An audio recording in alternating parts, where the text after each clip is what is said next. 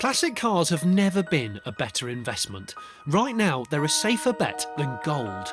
And that's not just tabloid talk. In the last 12 months, while classic car prices have risen by 20%, gold prices have risen by just 10%. Which got me thinking, which are the best cars to buy and enjoy right now with a view to selling on in the future for a hearty profit? Well, I flicked through countless classic car magazines and consulted dealers in the know, and I can tell you exactly that.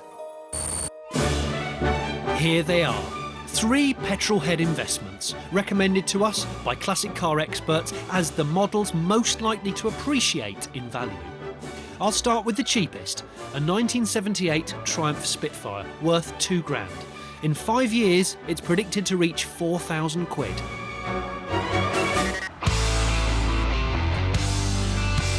It feels like I'm driving a 3/4 sized car. It just doesn't feel like a normal sized car. You're so close to the ground. Wind noise is obvious. It's 71 horsepower, which sounds pathetic these days, but you've got to realise that this car weighs 792 kilos. It's very light, so it doesn't need a great deal of power. The great thing about old cars like this is everything under here is so easy to access. Even the most basic DIY mechanic can learn the ropes here.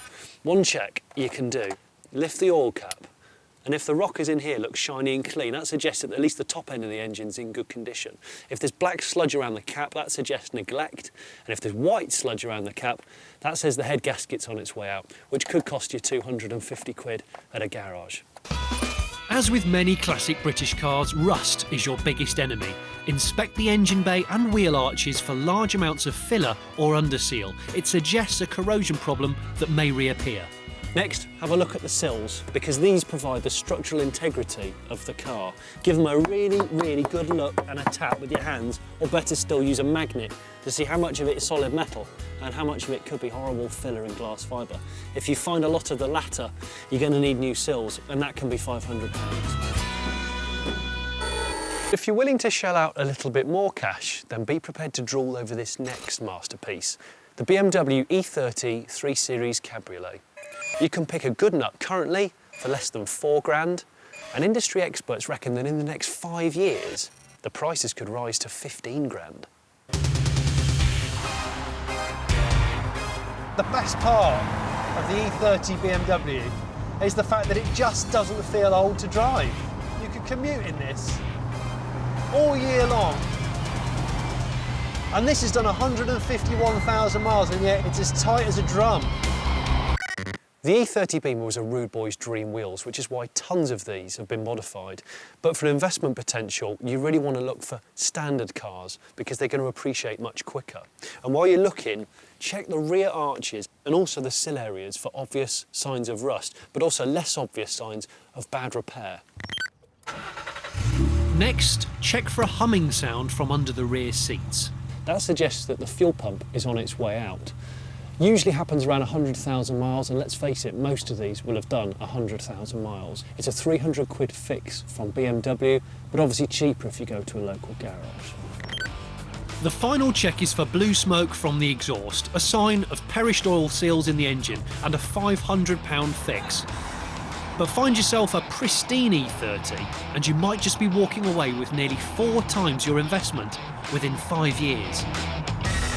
I've saved the best for last. For between £5,000 and £10,000, you could buy a Rolls-Royce Silver Spirit. It's an unbelievable amount of prestige for the money, and tipped by experts to increase in value by an incredible 80% in 5 years' time. The ride is exceptional, swathes of walnut, but interspersed with 80s technology, like these digital clocks. Oh my goodness, look, I've just found a pair of leather driving gloves. It's quick. It doesn't rev hard. That's the thing about rollers. They never rev hard, they surge.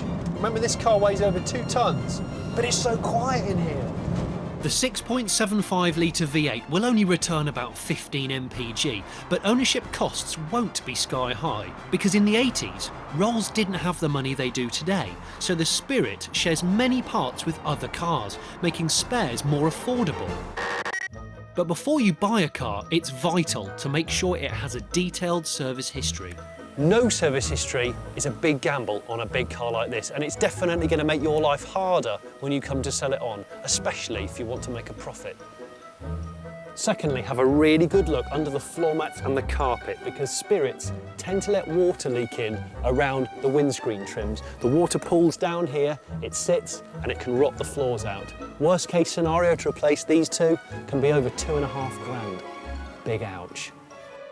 It's also worth paying a Rolls specialist around £250 to carry out a detailed check before you buy. That way you can be confident that you've bought a good solid car. You'll get so much more than your money's worth if you buy one of these cars, because if you're a petrol head, you get the additional sheer satisfaction of owning a classic car. If you find and buy the right car, whether it's for fun or it's purely for an investment, I'm certain you'll get a decent return on either one of these three.